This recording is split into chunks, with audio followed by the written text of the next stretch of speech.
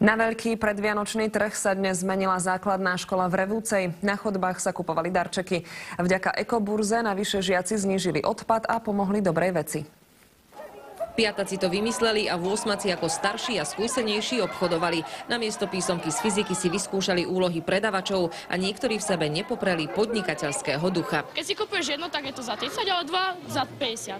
Toto je veľmi výhodná kúpa. Od pondelka nosili žiaci do školy hračky, knižky a predmety, ktoré už doma nepotrebujú, ale bola by ich škoda vyhodiť. V duchu hesla, čo ty už nepotrebuješ, druhého môže potešiť.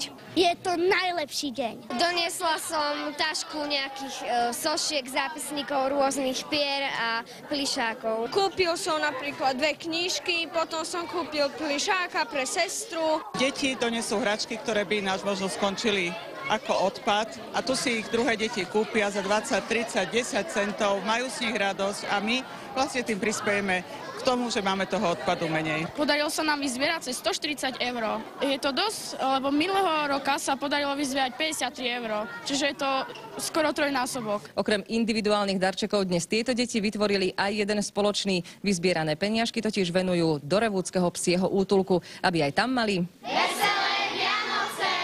Zarobili sme dosť pre psíkov, kupujeme im hračky, jedla a misky, lebo útulok nemá veľmi veľa peňazí. Lenka Stanková, televízia Markíza.